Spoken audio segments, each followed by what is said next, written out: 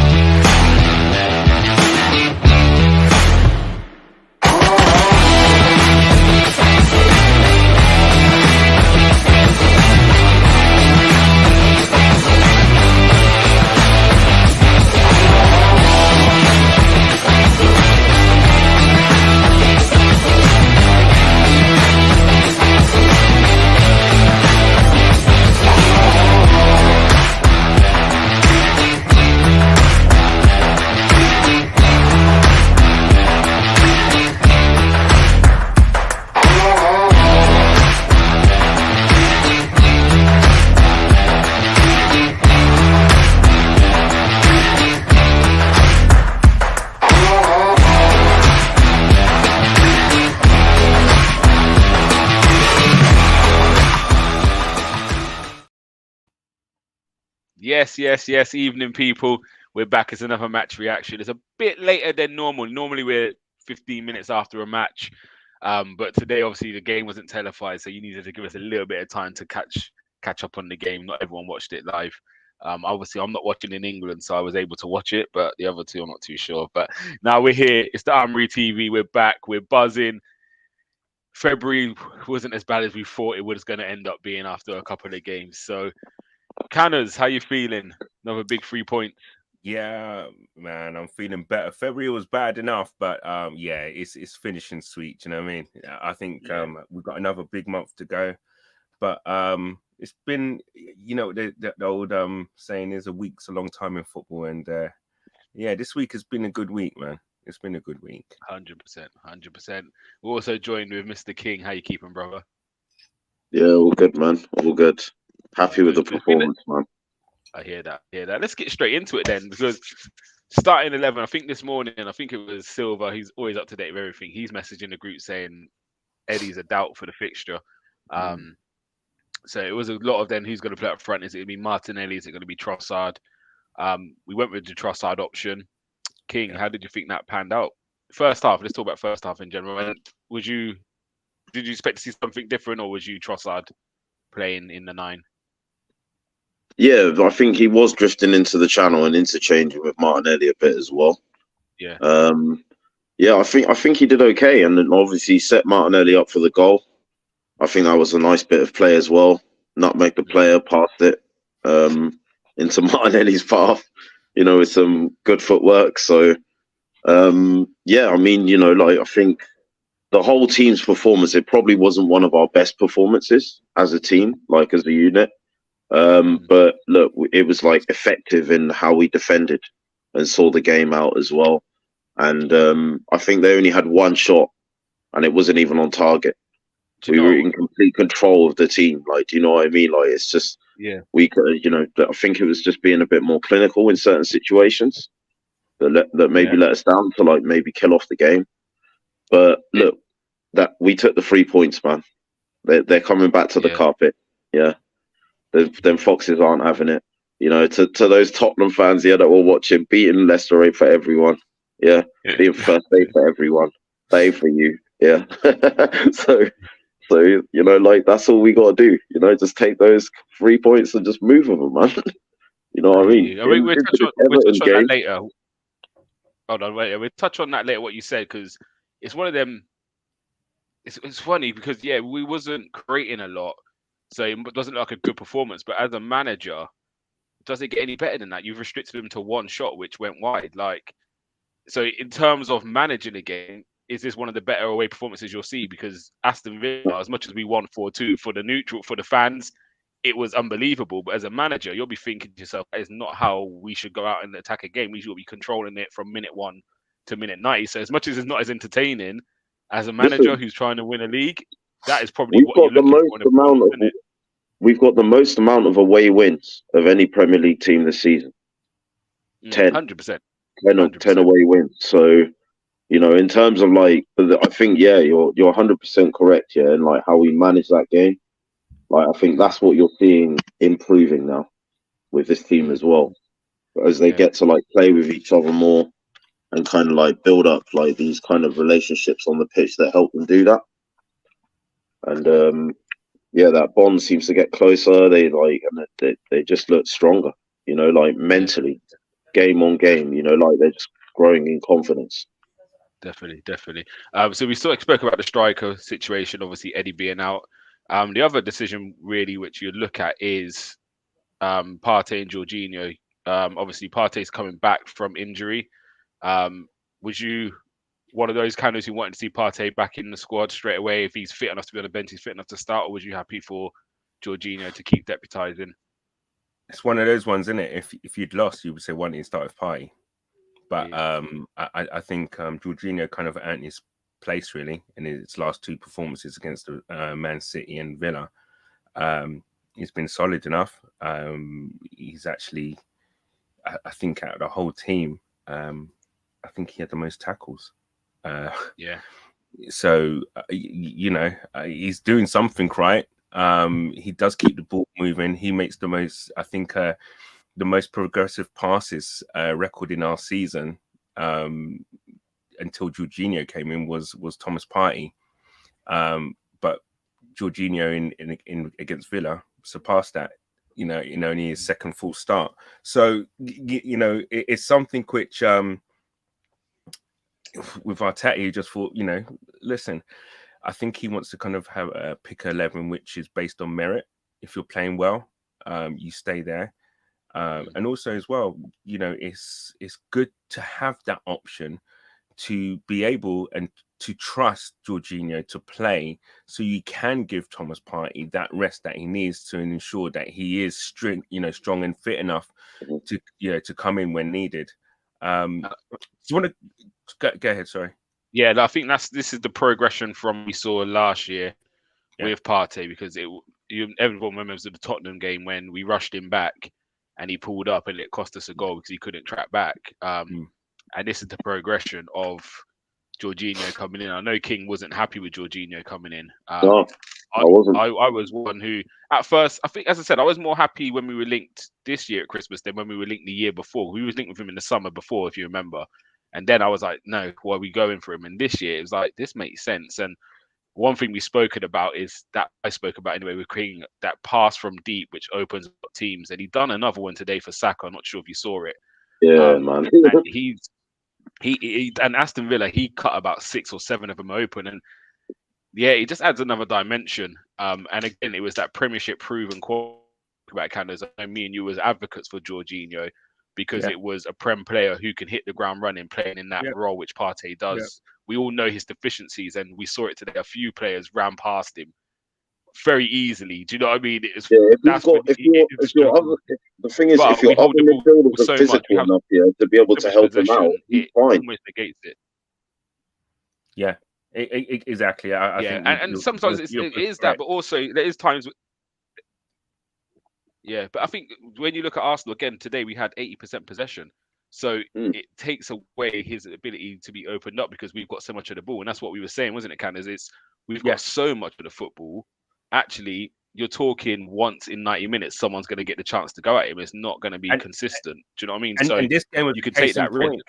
Yeah, this game was a case in point. Whereas they, as King, rightly said, is that they only had the one shot, which wasn't even on target. All right, it was a decent shot, but that came after 70 odd minutes. So when we're on top against these kind of teams, you need as much creativity as possible, because what they're going to do is stick 10 men behind the ball and soak up the pressure and try and get something on a set piece or a breakaway or whatever. And I think as 1-0s go, it was probably about one of the most comfortable 1-0s you see. I've seen a stat.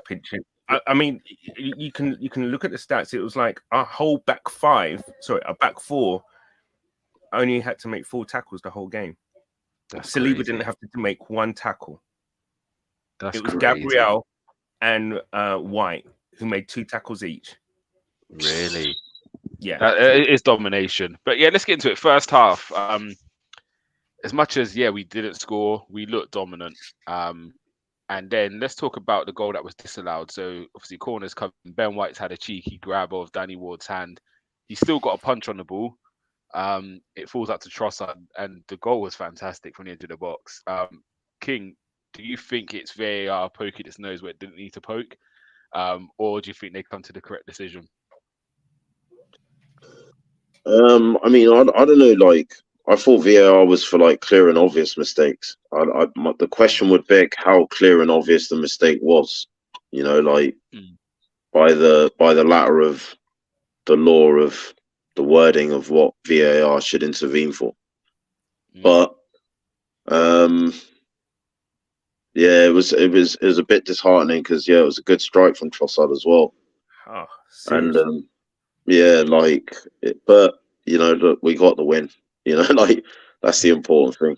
You know, like I don't want to be too hot up by it. You know, like the thing is, what I thought the thing with VAR is like if you go backwards, then does that kind of make or kill off the move going forward? If you know what I mean, it creates a second phase if you pass the ball backwards. And I thought we actually passed. Listen, it was a foul.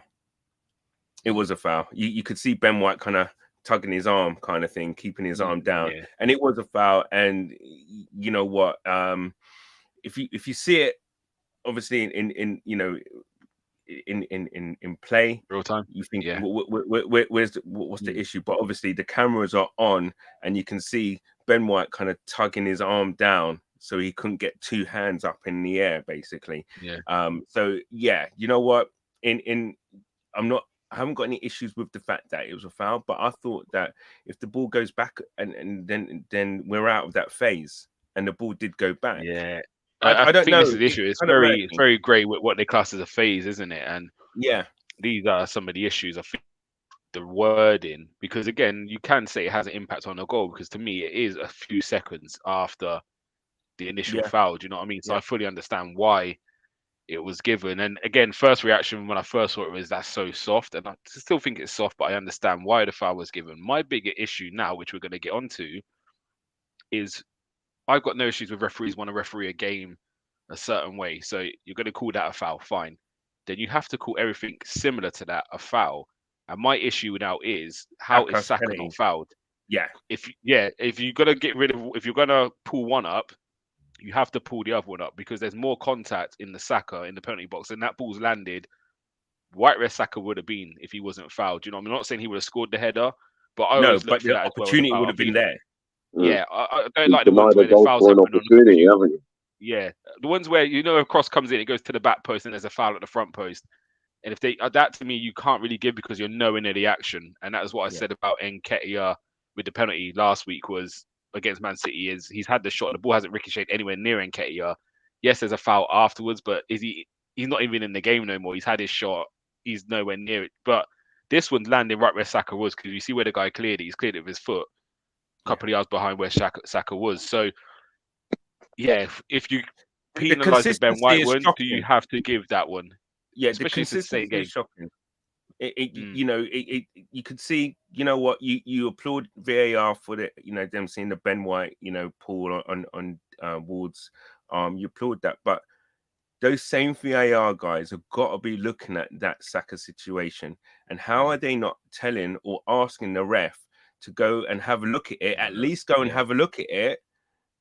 Is shocking. And I'm not going to say all conspiracy theories and all that kind of stuff, but you kind of think to yourself, what the hell? Do you know what I mean? What is going on here? Because it almost feels like VAR is there to stop goals rather than to award goals. Do you know what I mean? If that makes sense, because I don't like to pull out from other games sometimes, because each game should be refereed differently, and that's part of life. You can't have the same referee every game.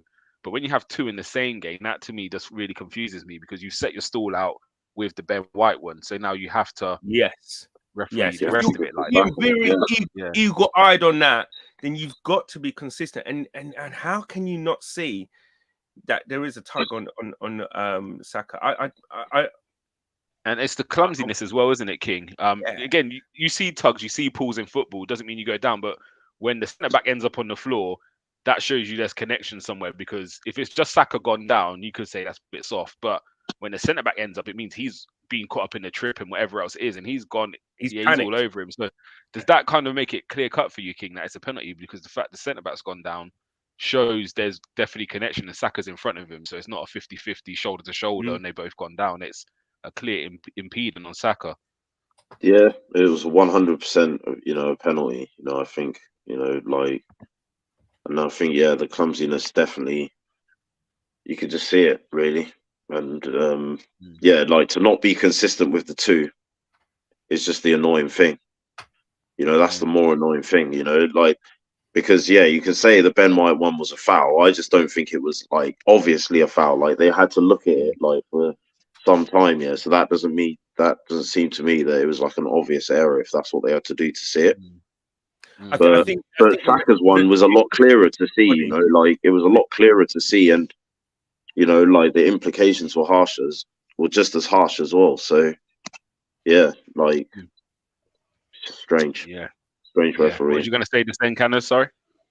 I was just saying that I think the reason why it wasn't given first off is because the ref couldn't see through bodies.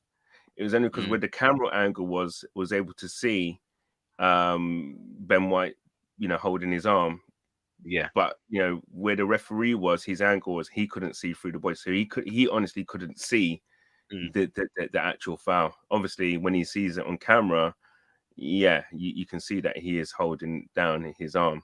But I mean, it's just one of those ones really where it's like, okay, fair enough, VAR's worked well, because it had that, been at the other end, I would have been screaming that's a foul. He can't. Do you know what I mean? Same way. But as you said, the thing is they've got to be consistent on those kind of fouls. So if it's a foul's a foul at the end of the day, and if this guy is panicked and he's pulled down Saka anywhere else on the pitch, I'm sure that would have been a foul. And it's just one of those ones. It's just so annoying. Yeah. VAR was brought in to stop these inconsistencies. But it seems to me that the same Muppets are still making the same stupid, they're bringing in their own, subjective view of the game, and not being objective. You know what I mean? They're not, to me, that is, there must be their own kind of interpretation, and it should, and their interpretation just doesn't seem to be right. It seems to be wrong more times than it's right. And that's the annoying thing.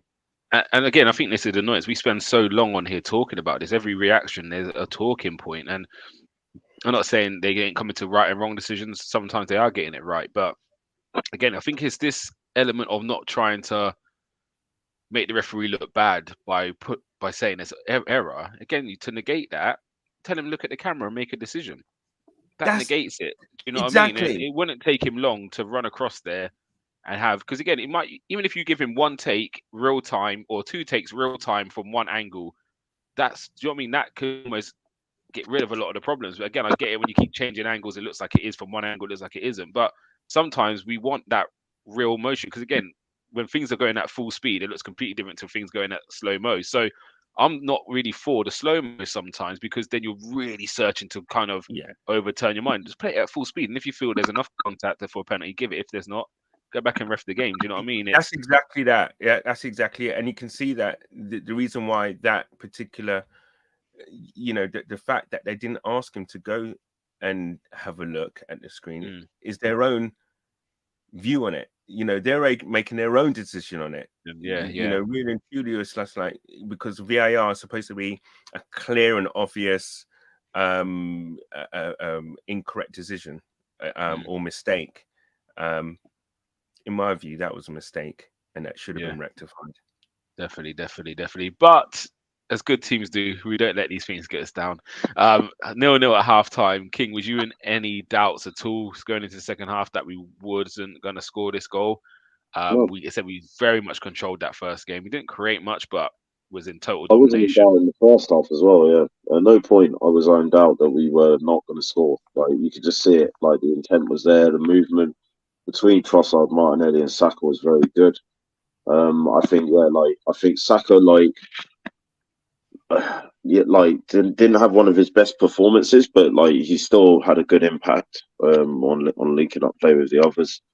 Um, but yeah, Martinelli's finish, man, It's lovely. so good. You know what I mean? Just the Henry kind of pass, into the bottom corner, the nonchalance, like it's just nice things, man. Definitely. So I think I wasn't in any doubt though, that we were going to score. Do I did.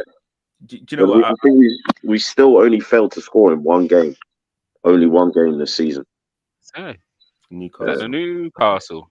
Yeah, the Newcastle one. Really? Scored in every other game, bro. Not bad. That's not bad at all. Do you know what? It's Wait, no did we score against Everton?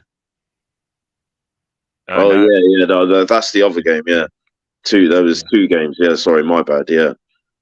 So 2 games this season. But it's still that's like ridiculous, right? Yeah, absolutely. I think it's no surprise that Martinelli has found his form when Nketiah is taken out and someone with a bit more mobility who likes to drift out to the flanks comes in.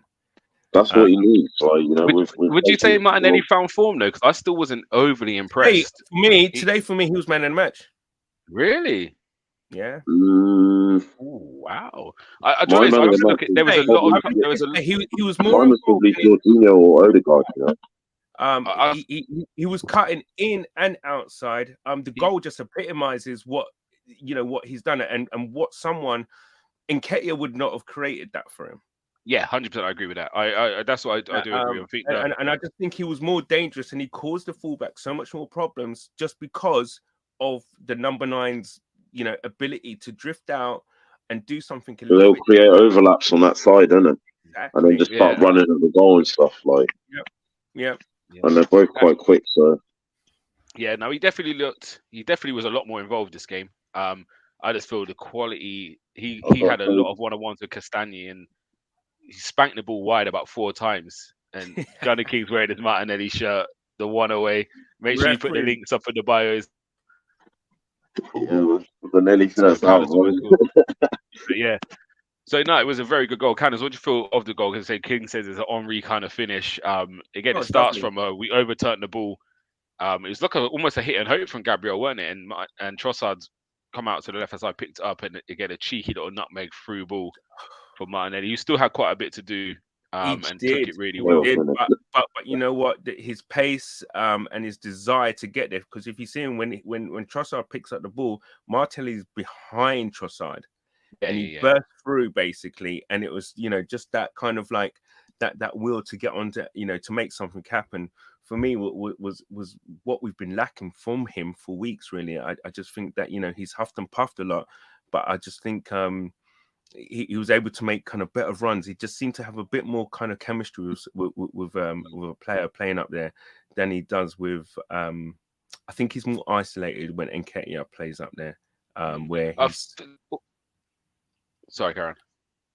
Yeah. No, I just think he's just a bit isolated when Nketiah's up there, and Jesus or the Trossard, as we saw today, just provides that that kind of little bit of kind of that decision what the fullback has to make. Do I go? Do I stay? Do I go? Or whatever. Do I try and keep up with him? Or what if he plays a 1-2 past me? Just that kind of little bit of an air of kind of like indecision in the fullback's mind. Yeah. And I think that's what Martinelli thrives on, because he's so rapid off over 5-10 yards.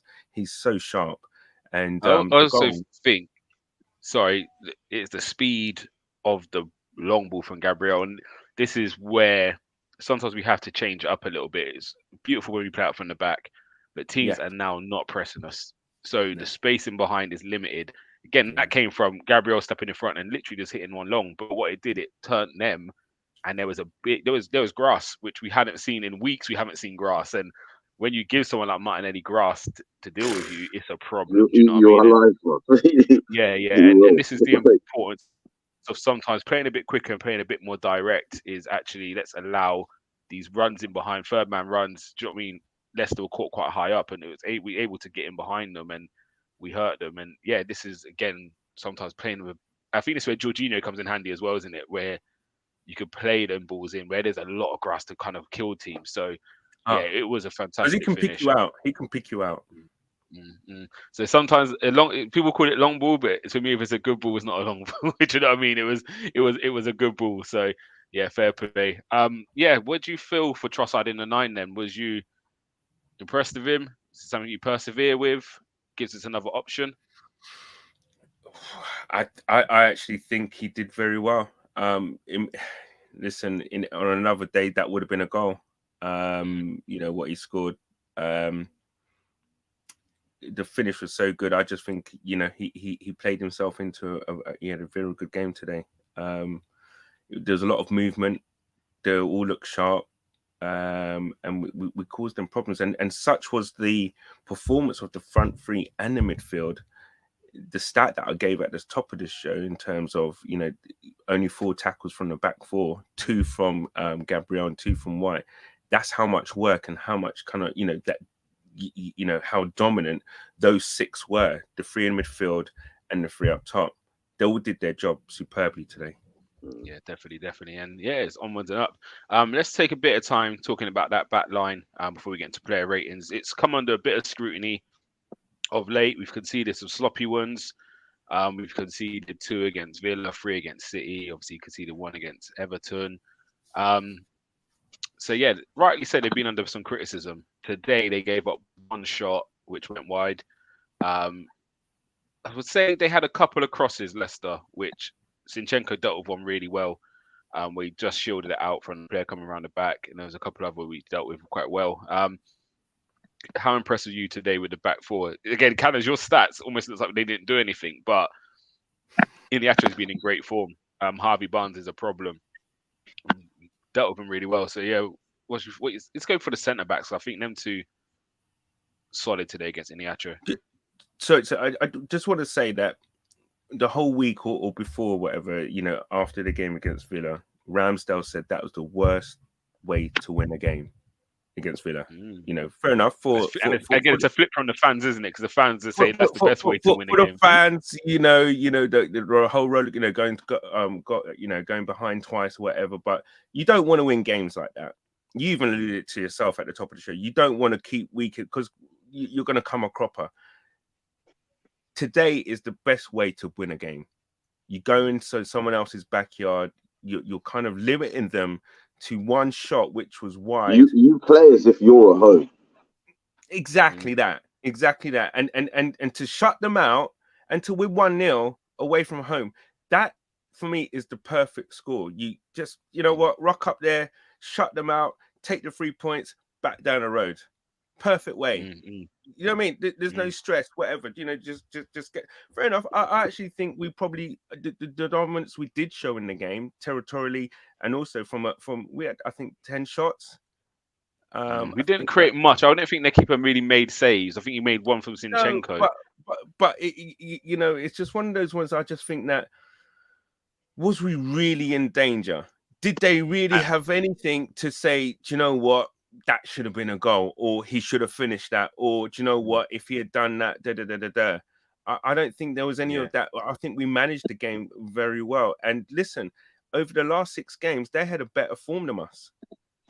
Over the last 6 games in all competition, we've won 2, drawn 1, and lost 2. Lost 3.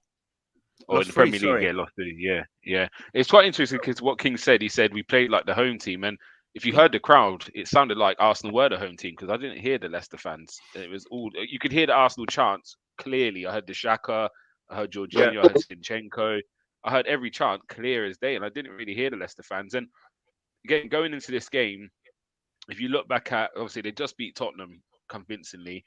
The United game, it's only 30 minutes of the game, but they should have been 2 up, and then United then ran over them. But if they go 1 or 2 up, it's a different game, isn't it? So there was always that threat of they scored 4 against Spurs. They should have scored 2 against Tottenham. They could create something, but King, like, how solid was our back line and midfield unit? Because they just looked like they had nothing. As you said, it seemed like they were the away team. Yeah. So the Silver one just put in the chat that Jorginho made 7 out of 7 successful long passes. It's nuts, like, you know what I mean? Like, it's total domination from the midfield. And I think it did help the defense out a lot. But like you said, it shouldn't make you seem like the defense did nothing as well. Because, like, they obviously did their part as well. Yeah. But yeah, like, the midfield really controlled the game, you know, like, completely. And like, you've seen it, like, even the City game that we lost, the midfield completely controlled, like, the game, like, from a perspective of controlling the football. We just didn't do enough with it. Like, we weren't clinical enough with it. But yeah, today, you know, maybe there still is that issue as well that we need to work on. But we've got Jesus coming back, and ESR coming back as well. He's a good ball striker. So look, I think it's really getting back to a clean sheet. I think was important today. We haven't had one of them for a long time. Yeah. Yeah, I think it's been 6 games. I heard earlier we hadn't got a clean sheet in, so that was important. And again, you build upon that. And I think the good thing is, I know we're not scoring as much as we would probably like or creating as much, but King, you've just named 2 or 3 players who are coming back, and what difference that's going to make, because that's now your creative flair. Which again, I looked at that game, I thought we had gears to go through if we needed to. So I feel, it was, the goal came nice and early in the second half, but I feel with time we would have kept pushing on, and again, a few subs to come on. But yeah, it looks like we're getting back to it. Do you know what I mean? We're not conceding. We've got, as you said, Smith Rowe's going to be on the bench, and Nketiah long term will be on the bench with Jesus starting, Trossard or Martinelli, or Saka might be on the bench. It's good options to have. You still got your Reece Nelsons and Vieira who can contribute. So yeah, it's looking good. It's looking good.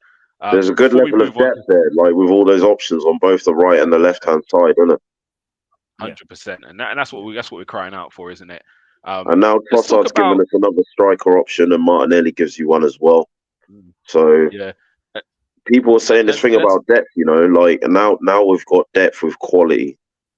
Like, let's talk about another change which we wouldn't have seen. It's the first time we've probably seen it. 4-3-3 with Partey playing as the advanced 8 with Xhaka on the other side and Jorginho behind. So again, you look at something like that against maybe a team who's, just say City, there's options there to play that strength of midfield. Look at the size of that and the quality of that midfield. Do you know what I mean? And that's also what gives you, when you need to manage these games out. Do you know what I mean? We see Tomiyasu come on, Partey's come on. You still got Rob Holding and Tierney who didn't come on. So both ways, you're looking at a lot of strength at the moment, isn't it? And it's. Do you reckon it's enough to get us to really push forward now with Europe coming up? Listen, I think so. Yeah.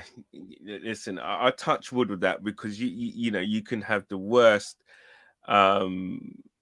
injury record coming up. Silver ones, he's cold with that one. But no, you know what? It's all about luck, isn't it? Really, with injuries, because all it would take is an injury to Jorginho, an injury to Partey. Then who do you bring in then to centre mid? You know, to fill that void. And that's only 2 players, really. Listen, we just got to kind of keep it going, keep the guys, you know, if we can rotate, cool, for certain competitions. Obviously, Europa's starting up again, so we're going to be playing Thursday, Sunday now. Is it next week? I think, is it Europa? We've got Everton this Wednesday. Sorry, then I can't remember who we've got next Saturday. Then Europa's the week for following week. Yeah. So now it's going to become in the crunch time, in the sense that, you know, listen, we're going to have to now manage players in a certain way. I know Arteta has this thing that he wants players to play, you know, the best players play 70 odd games a season. That is true. But also, though, the caveat to that is that you got to have referees, though, who actually protect those kind of players, you know, to enable them to play, because there's that thing with the whole thing with Saka. But Ronaldo and Messi got protected by referees, didn't they, in their respective leagues? So and they never missed a game, did they? But that was because obviously they were protected. Yeah, I'm just pulling out the fixtures now. What you're saying about rotation is going to be important. We've got Wednesday Everton, Saturday Bournemouth, Thursday Lisbon, Sunday Fulham, Thursday Lisbon, Sunday Palace, Saturday Leeds, and then we got a trip to Anfield. But that next run of fixtures, if you want fixtures, again, there's no easy league in the Premier League, but I know you've got some teams that are fighting relegation, but really you look at that, if we can, hopefully we can go on a good run now. But rotation is going to be important, so I expect to see some of the big boys resting on the Wednesdays and Thursdays, and yeah, main squad going out on the weekend. So let's hope. Silverwood saying I got so annoyed Saka gets no protection, it makes him angry. It does. Today wasn't as bad, but there was still a good 3 fouls on him. I might just do Saka watch it to see how many fouls we can get through each game, but before a yellow card comes out. But he seems to be getting annoyed at it because he's giving away more fouls at the moment and reacting a bit more, and it's quite nice to see he's getting a little bit of an edge about him. And I think all the best players have it, don't they? A little bit of fire. I think apologies, I'll probably swallowed a stat book this week, right? But I saw a stat basically on Saka and in the rest of your Premier League kind of wingers or ballers, so to speak, and he had the most successful take-ons than anyone else. He was top, but clear. It's big gap as well. It's like 70. Big gap. He's got 70 more than the next person. He's in the 200s. Huge. The other person's in like 150. Huge. I did not expect that. I really didn't expect that. But that just shows why they are and rival teams are targeting him the way that they are, because he has a ridiculous successful take-on rate. And I understand it. I'm not saying it's right what the other teams are doing, but I understand why, because he makes things happen. He absolutely makes things happen. And obviously rival teams are trying to stop him from making things happen. But man, he's a special player. How do you stop it? Cool. All right, we're going to get into some player ratings, because I think there's going to be a little controversy with some of them. Because you said Martinelli, Canners as you ran the match. King said Odegaard. I'm completely somewhere else at the moment with it. So we're just going to jump into this and let's see what comes up. Let's start with Ramsdale. I'll start because I feel sorry for the guy. He had nothing to do, but kicking was good as usual. Passing, he's put a cup of tea, a cigar, a pipe, slippers. Yeah, he had feet up. So we'll give him a 7 because even though he didn't do nothing with his hands, the passing was good. He nice couple of clip balls into. Sorry, just one thing. I just want to call out. It was Silver Fox where I saw that stat. Who gave me that stat about the successful take on Silver Fox? He's letting us know. He's letting us know in the comments. He's letting us know. So cool. Let's move on from him because that wasn't much action over there. Ben White, King. I think a 7 as well. I thought he was pretty solid defensively. Some good passing and interchanging, the kind of underlapping and overlapping going on the right hand side to support that side a bit more. But I think a 7. Nice. Canners, moving to the centre back, you will have Saliba, who plays next to White. Do you know what? I'm going to give him a 7, right? Because he just did everything what he needs to do. And tell me the last time you've known of a centre back that doesn't have a single tackle on his stat chart in a game, and his team haven't conceded a goal. Yeah. We're gonna. I'm sure someone will find it for a Silver Fox. Someone will find it. If you're bored at work, Silver, you know what to do. But I mean, to have a clean sheet and not have to make a single tackle, to me that kind of just shows the depth and the I'd say how the know-how of those guys already being at 21 and what was Gabriel 24? 24, I think. Yeah, those two do you know what, they can be a centre defensive partnership for years to come if we can tie them down to long contracts. Listen, that's them two plus Ramsdale can be a great foundation to build from. Nice little trio. Okay, so what you give him 7? Yeah, 7. cool. I'll take his partner Gabrielle. Again, I feel a 7. I don't think we'll talk about that actually. Yeah, I think because You it think looks so 7? easy, it's hard I to. think he was solid, man. Yeah, I think Oh, he was. they were I all think he was the solid. better out of the two. But I think it was hard to score anyone. I think the whole board across the board, no one gets above an 8 for me today because no one did anything really outstanding for me. But we was All in right. total control, so I don't really want to score him a 7 over a 7 because he wasn't my man of match, and my man of match today we're only getting 8. So I'll go 7. But again, I think he was very, very good, man. Like very, very good again. Sinchenko, Mr. King. Yeah, he was really good as well, I thought. Yeah, I'd give him an 8 as well. I thought he was really good. Yeah, You know, like the he'd way be he my was, man of the match today. yeah, the way he was tucking in, like,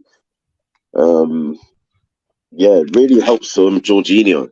It really supports him like quite well in like his role as well. Like, you know, we've seen from Jorginho's accurate long passing. You need time and space to be able to do that. And like the other midfielders around you, that's what they're going to help you doing. You know, like, and I think, yeah, like he helps Jorginho definitely when he tucks into midfield. So yeah, I'll give him an 8. Yeah, I agree with that. For me, that was my man of the match today. I'll let you two get on yours. But I feel everything that starts from him, and it's the clever passes to bypass the midfield and get teams facing backwards is just unbelievable. Left foot, right foot, outside the foot. He's a total footballer. So yeah, for me, everything when he's on job, we tick, don't we, differently. So yeah, let's move on. Centre midfield, Jorginho, Canners. 7. It's nice and tidy. He's starting to become an integral part of the team. Dare I say it? His performances have been solid. He's not doing much wrong really, and this is the kind of thing that I love in the sense that you want players to come in and give that manager a headache. Shit, do I actually leave him out? He's been playing well. He's been doing a job. And that's the thing. If you take him out, you're actually losing something. You're gaining. Don't get me wrong. When Partey comes in, you're gaining the physicalness, but you're losing that deep lying pass. You're losing that cut through. You're losing a little Partey something. can So play it, but he doesn't look for it the way that Jorginho plays. Yeah, not to that level. Yeah, George, he's searching for it. And again, if you're Saka, you know that's coming. I'm just playing on your shoulder. I'm playing on the wing back shoulder all game because. But what about situation? What about situation where he plays Partey and then he plays? I'm not saying take Xhaka out, but like you can use him in Xhaka's role as well. You know, doing that same thing. Just like imagine that supply with Jesus in front of him, Saka and Martinelli either side. Like they're gonna eat that stuff up, man. Yeah. And again, to be fair to Xhaka, he has been a machine for the last season and a half. He's rarely missed a game. So even for him, he may need a game out, just one game. It doesn't need much because he seems like he's got the physicality to keep doing it. But just one game, do you know what I mean? He could get a rest and then go again. So it gives you the option where Partey could play because we all thought Partey was coming to be box to box. So we know he can do that role. So yeah, it adds options, doesn't it? Which is a nice thing. Do you know what the thing is? I know Jacques is not your cup of tea, and he's a lot of people's not cup of tea. But there is a job that he does which actually goes unnoticed, and the only time you will notice it is when he's not there. Trust me. Oh, he was good today as well, Jacques. I think he was really good today. I don't even think Gumsa can disagree, man. No, my opinion, really good today. Like my opinion doesn't change on it. He scores a 7 from me today. He actually falls on me, so he gets a 7. I try and avoid him. But it's landed at my door. He gets a 7. Like what? No, he doesn't get an 8. No way. Because that midfield control, bro. Like he was a big part of that. Yeah, 100%. He's a part of it, but there's also an element of he picks up the ball with the most space in the final third than anybody else, and he lacks the creativity. And it's not his fault, and I'm not gonna get onto him about it. There's times, and again, did you watch the City game just now? I didn't. No, I didn't get a chance to. Right. No. So you'll see. I think it's City's third goal. Gundogan pops up in the same space Xhaka pops up in a lot. It's the inside channel run, and he gets fed the ball, and you see the difference. And this is what I mean about Xhaka's not naturally an offensive player, and you lot can't tell me he's a very good player. He's not naturally an offensive player. So there's things he doesn't do in that area which other players who are more offensive can. Now he's more defensive. So again, just say we brought James Maddison. There'd be games for Maddison. There'd be games for Xhaka, because defensively Xhaka's going to give you more. So if we've got less of the ball, I need Xhaka. There's games where we have more of the ball. Actually, let me put Maddison in there, and you'll see Gundogan in that area there. Just the difference. It's no hesitation when he's there. He knows what to do, and that's just football in general. You get some wing backs who are better going forward than they are defensively, and depending where you are and where your team is, depends what midfielder you need. Do you know what I mean? When we were in the mud, we needed Xhaka because he's strength, resilience. Like Everton the other day, they need 3 big bodies in there who are going to break up play, overrun you, be powerhouses. When you're Arsenal, we now control games. We don't always need all the power because actually we've got the ball. We need finesse. So not discounting. I think he was good today. As I said, I score him a 7. But again, there's this element. I'm not even going to put a downer on it. I think he was solid, as good as everyone else, but wasn't. Again, you're going to call forever players who that little bit extra, and that's the difference in it. So 7 from me. Anyone else on Xhaka? Do you feel he should have got more than a 7? No. Box 7, really. I mean, I think also as well, one of the things what's happening over the last few weeks is that Arteta brings on Vieira in Xhaka's position, and I think he might be kind of like, to kind of like look for him to do that role kind of thing. I don't think he would do it with either Partey or Jorginho. I'd be surprised if he did. Partey came off for Odegaard, didn't he? I think, and again, it's that element. If we were losing, if we was 0-0 and Odegaard comes off, it probably wouldn't be Partey coming. It would probably would have been Smith Rowe or Vieira. And this is the option we got. When we need to hold it, we got the strength there. And again, we've seen it with Xhaka. Again, Xhaka didn't come off today because we didn't need to score. Whereas the week before, we needed a goal, and that's when Xhaka come off. And that's the difference, isn't it? And it's not a criticism. There's players who are defensive-minded. There's players who are more offensive-minded. They play the same position, but they play it slightly different because of their skill set. And that's not negative or positive in anybody. That is just life in football and people playing the way they play. So, yeah, again, he played 90 today and he needed to play 90 because we're winning 1-0. We need the strength and the defensive. Now, last week we were drawing 2-2. We needed a bit of creativity to try and unlock it and win the game. And that's just all it is. So, right, we move on from him. Odegaard, King. Definitely an 8, man. Tell me your reasons and then let Canners go. I think like in the first half he started poorly, but in the second half, I think he really picked up the tempo of his passes, and he was like making really good movement off the ball as well. But yeah, that's what I'd say. Fair enough. King, Canners, any pushback? Listen, I like Odegaard. I do. I really do. But I just think today was a game, and also there's been certain other games. He kind of did it in the second half against Villa, but he's supposed to be really our most creative player on that pitch. And I just didn't think he was, in my opinion. I don't know if it's him picking up space in the proper, in the pockets that he's supposed to be picking up space. I don't know, but something's just not clicking with him, in my opinion. He was okay today. He wasn't anything special. He was decent. He was tidy, but he's supposed to be our most creative. He should be putting things on a sixpence for players. Do you know what I mean? In my opinion. And he just hasn't really been doing that. Okay, bar the second half against Villa. I just don't think he's been doing that, to be honest. I would say a solid 7 today, but to get an 8 today, I think you have to really do something special. Score a goal, maybe. You lot are nicer than me because I was giving him a 6 today. I don't think he was anything special at all. And I know sometimes I can be harsh. He does what he, but sometimes I need more as well. Do you know what? I'm not scoring on that no more because that's what I expect from this team in general. Like, you're not going to get a point from me because our system is we're pressing. you won't get a point from me for that. For me, on the ball It again, he does help didn't see you the know what I ball as mean? much.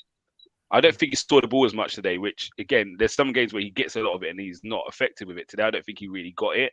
I think our right side was a bit quieter today, and that may be just because maybe how Leicester set up, or actually it just worked that our left side was they put a centre back on that. They put a centre back on that side, innit? Yeah, so again, it could be just system. Do you know what I mean? But I just don't think he was. He just didn't do anything for me today to make me feel like anything. Yeah, as our most supposedly creative player in the team, I just feel he should be doing just that little bit more. Picking up ball in certain different pockets or whatever. I don't know.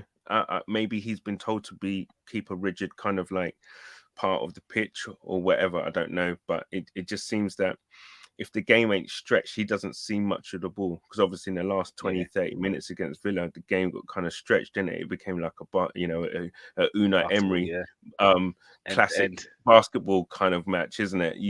The thing is that we've seen it before, innit? In our days of Unai Emery, is that we'll be winning games and then all of a sudden we'll end up losing. How the hell did we lose that? That was just a typical Unai Emery performance. Do you know what I mean? And he managed to find space when the game got stretched. Oh, cool. Right, King, I know you've got a bounce. Palace almost scored, by the way. But yeah, King, we're going to say our goodbyes to you. You've already said your man of match was Odegaard today, so we'll let you have it.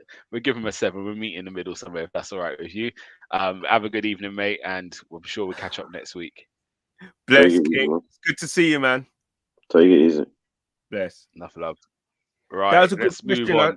Craig AFC put up there. Craig AFC 87. Right, we get to that at the end. Yeah? Yeah, absolutely. All right, cool. So let's go with where did we get to? We've just finished on Odegaard, so Martinelli for you. My man of the match. Okay. I just think he was back to some sort of his best. Not his best, but he was. I think that kind of like last couple of games he's been kind of like, brought off, and then he started a sub, isn't it, against Villa. I think it's done him good to recharge the battery and stuff. And also as well with Trossard bouncing off him as well and offer him that bit more kind of variety of someone showing up, moving into the left hand side channel, kind of like frees them Martinelli up then to kind of pose a different question, as I was saying, to the fullback. The fullback thinking, oh damn, do I actually go in here with him, or do I actually stick to my position and deal with Trossard or whatever, blah blah blah. But I just think that the goal pretty much, I think was a good, was a reward for his performance. It was a good goal, very well taken, and it's Martinelli-esque, so to speak, and I think he deserved it. And the reason why, normally, you could say he played a 7, but the goal for me, just was the cherry on top of the icing on the cake for him, and that's why I give him an 8, my man in the match. That's great. I hear that. That's fair enough. I've got no issues with it. The one thing I will say, it was a nice game for him today. We've seen of recent weeks, teams are really doubling up on our wingers, and to me, Harvey Barnes and Kenny Tete didn't really offer their team much support. I was scared of Tete at first against Man United because he looked decent. But and there's one side going forward. Them, you can see what Harvey Barnes bring, but defensively, them didn't do enough today, and I think that's the difference. So as much as I got a rate Martinelli for today's performance, I think he isolated Castagno a lot of times. He pushed him back into the box, got one-on-one with him a lot. Yeah, the final pass might not come off, but you're not going to get a perfect cross every time. But the fact we're getting them positions, if you get there 5 times, one of them is going to come off. Do you know what I mean? So I'd much rather him get 5 opportunities and mess up 4 than get 1 and not do much with it. So definitely an improvement. I just feel their wing, they didn't double up today really, and that helped us massively because it is difficult when you've got 2-3 bodies over there try to stop you from getting in behind. Like it can, do you know what I mean, be frustrating. So it was good to see him back to somewhat what we've seen of him in previous weeks. Exactly. I definitely got that feeling today. 100%. So we go 8 for him, and I think we give him a man. I know I went to Zinchenko, but I think actually he got the deciding goal. It was a great finish. So we gave him man of the match today. Let's move on to Trossard, and that's my shout. We're not doing half scores, are we? Do you know? I'm going to give him an 8, just because it's a question which we didn't know the answer to. We've played a false 9 before, which didn't work when Smith Rowe tried it. We've played a certain way with Nketiah the last few weeks, where he's been more being involved with centre backs. Was it really a false 9? They moved around, but there was times where if Eddie was here, there was one ball Odegaard put in from the left side, and he whipped it round. And it's like them moments where you need your striker, but there was other moments where I say this is why you need that striker to move out, because again, like people were saying, he's allowing Martinelli to come inside. He's linking up.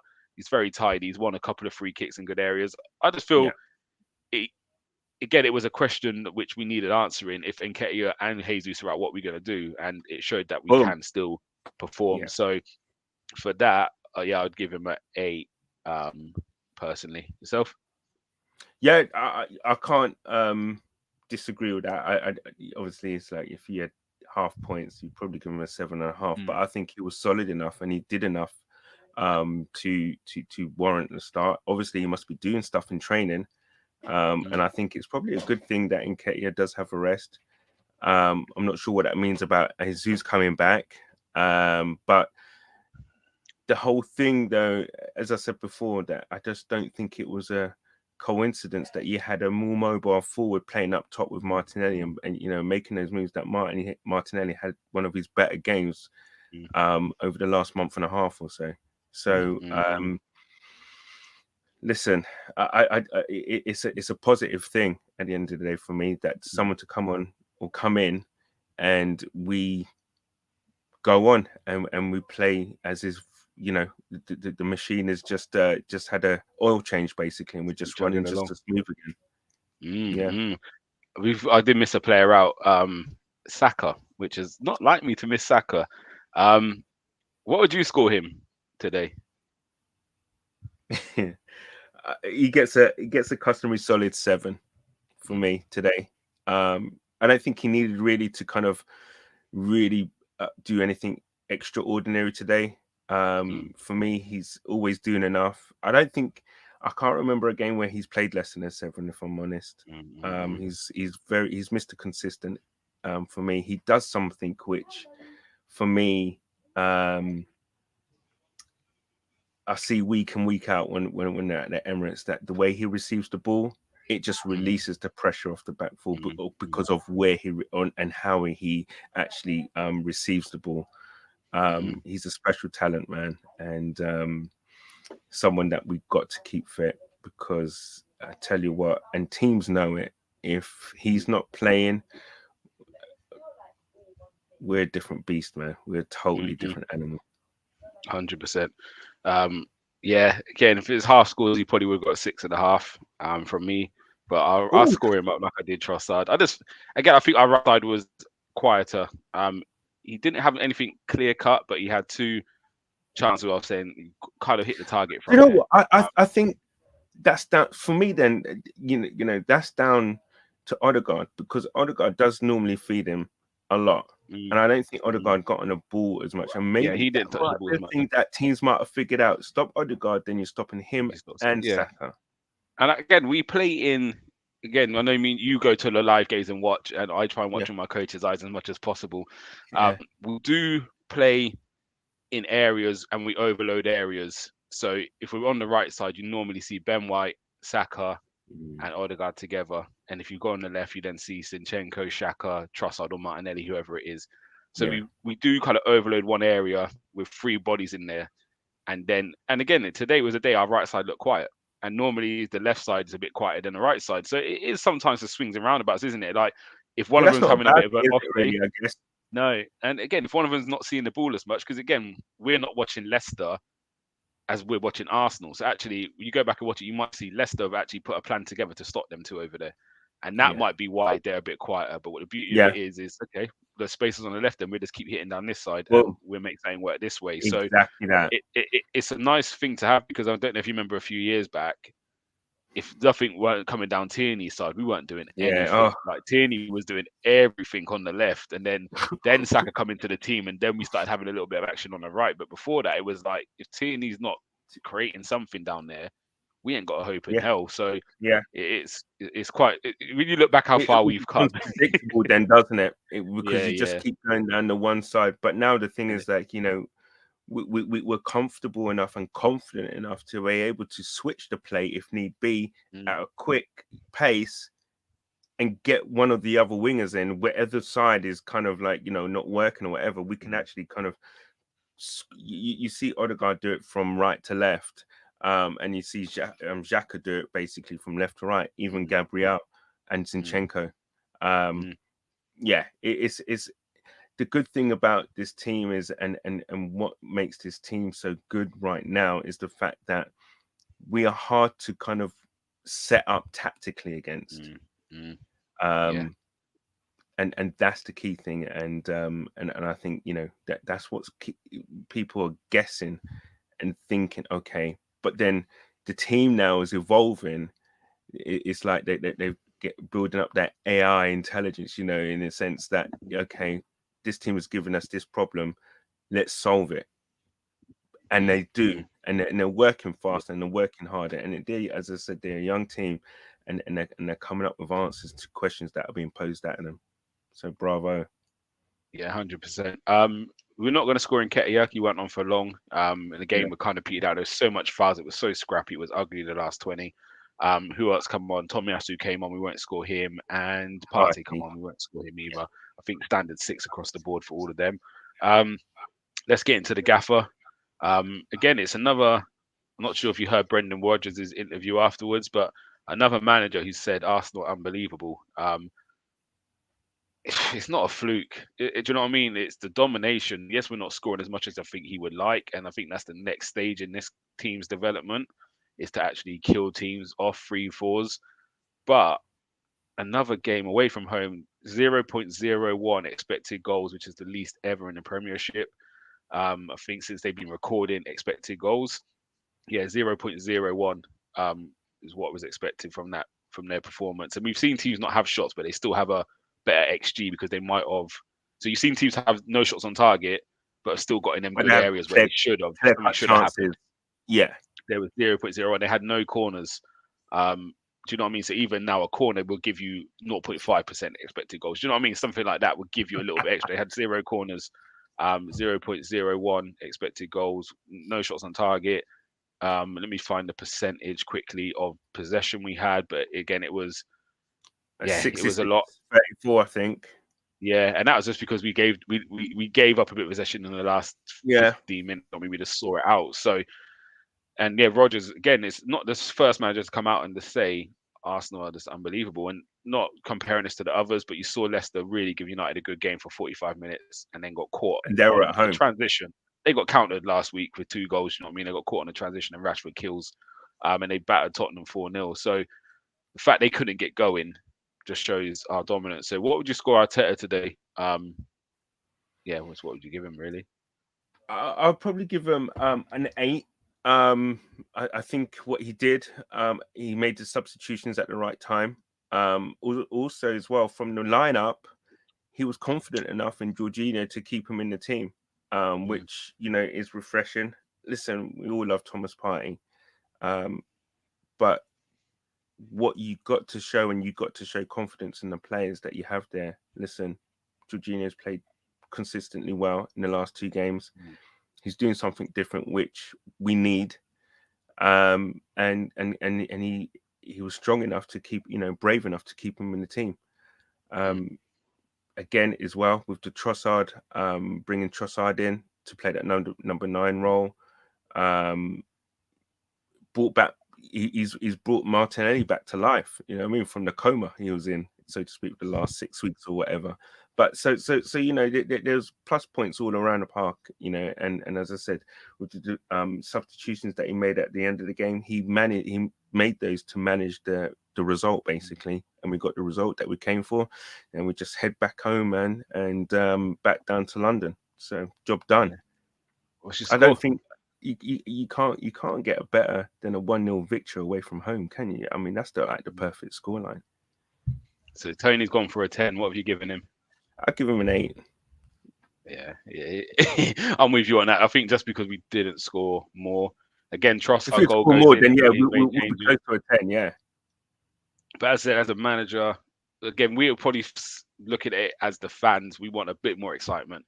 But as a manager and a team, actually, yeah, it's probably deep. Listen, I'll take a boring 1-0 game every week to the end of the season. Don't get me twisted, man. Do you know what I mean? I don't need those 4-2 them kind heart of and like mouth moments. Nah, I don't need that. I don't need that. Thank you very much. For real. So just quickly before we move on to the last question of the evening, Silver's saying smash the like buttons and please subscribe, everyone. We're 2 subs away from 900. That'd be a big achievement for us. So yeah, can you get us there? Whoever's not subscribed to the channel, if you are listening, please hit that button. It costs nothing and we really appreciate it.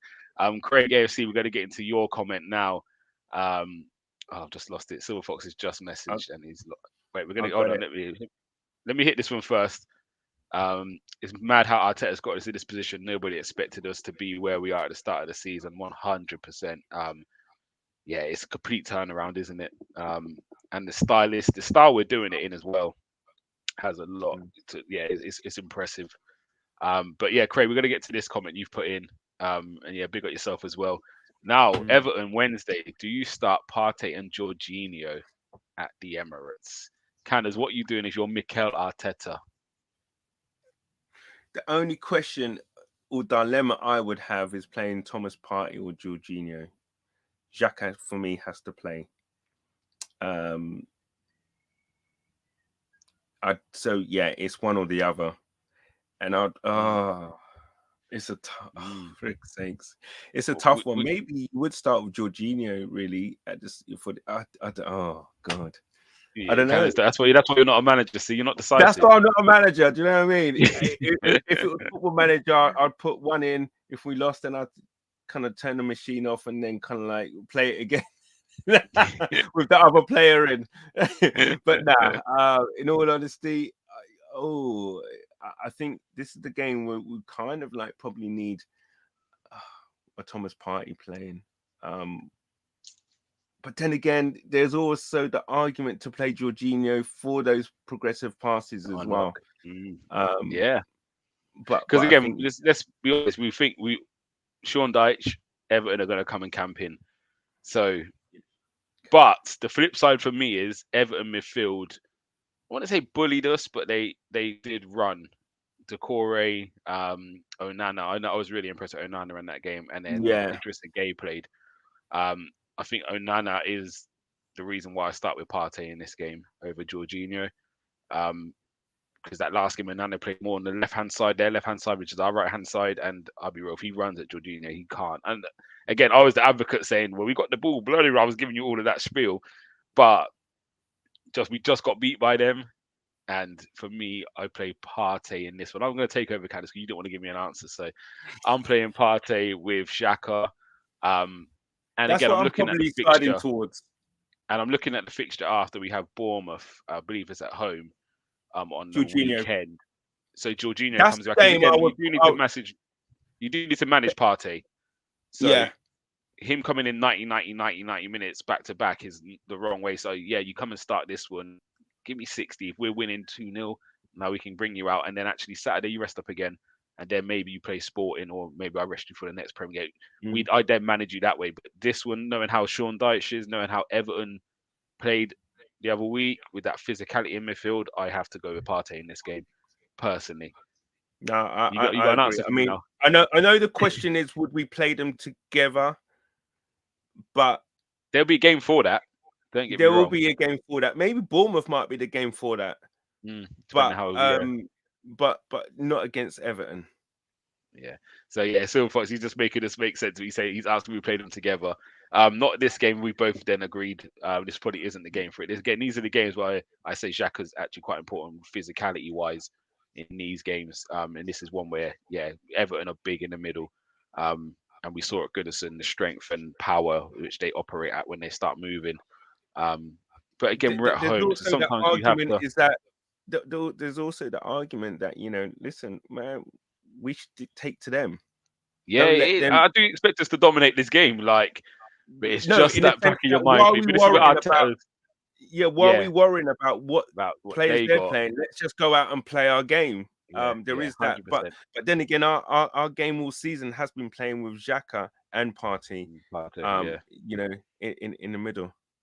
Yeah, it's an interesting dilemma, and it's one that we luckily could speculate about, but we don't have to do it. So we sit here and just talk about That's it. why gets paid his millions. That's it, exactly that. But yeah, it's another good win. Some smiley faces today. Obviously, if you've just seen other results, City won today quite comfortably 4-1 against Bournemouth. And I think the Liverpool game's 0-0 at the moment. It seems like both teams have had a few chances. So I'm going to get to watch the second half and enjoy that. Hopefully, Sambi Lokonga can, make it a bit happier for me. But big up also Marquinhos. Actually, let's give him a mention today. His debut in the Championship, he got a goal and an assist for Norwich. And it's a good finish for his goal as well. So yeah, big up him. And again, this is what he needs: get some minutes under his belt, play some first team football in a competitive league. And then hopefully he goes back next season, and let's see if we can integrate him into this squad, because he's got a role to play in this future of Arsenal. So yeah, on we go to Wednesday night. One more comment from Silver Fox: Tottenham or Chelsea? As much as I'm enjoying Chelsea's decline at the moment, it's brilliant to watch. This is one game, actually, let them get their win, because we need Potter to stay in that job a little longer as well, so they can get a 3 points this weekend. Nice draw would do. You would take a draw, or I would take a Chelsea win. Then they're so bad, it's like they could have 3 points. No, I don't want Chelsea getting any momentum whatsoever until they play us. Obviously, after they play us, let them have their momentum. I'm thinking ahead now. You know what I mean? All the teams that we've had to play, I looked at it, and I think United, have probably got the easiest running. Yeah, well, they've played City twice and Arsenal twice, haven't they? I'm not sure if they've got Spurs to play. They've got Spurs to play, Chelsea, but They've got Liverpool second time. These teams haven't been performing. You expect United to kind of, again, I think the way the three top teams are at the moment, you expect them to kind of win every game, isn't it? And I think it's all of us. And if you talk to United fans, they'll be like, no, we can't win it. You talk to Arsenal fans, we still got 17 games to go. There's still a lot of points to drop. City fans the last 6 games for United, they can win them all. Really? Yeah, we'll see. I need someone to put a dent in that run for them anyway, because they're frustrating. Absolutely. Hopefully it comes tomorrow. But cool. Karius in goal. This Silver Fox is saying Newcastle for the EFL Cup. Karius masterclass. Wouldn't it be brilliant? Big up Albert JTV. He's saying who was our man of the match. He's saying Gabriel was Colossus today. Yeah, Gabriel was good. He was in with a shout. I was Sinchenko. King was Odegaard, and Canners was Martinelli. And as a collective, we went with Martinelli because he'd done the hardest thing in the game, which is put the ball in the back of the net. So that was ours. But yeah, Gabriel was solid again today, man. He's been good. Albert, was you there? I'm not sure if you're still in the chat, but interested to know if you went again. And how was it? I mean, if you can. But I think listen, as I said, with Gabriel and stuff, he's been solid and consistent all season.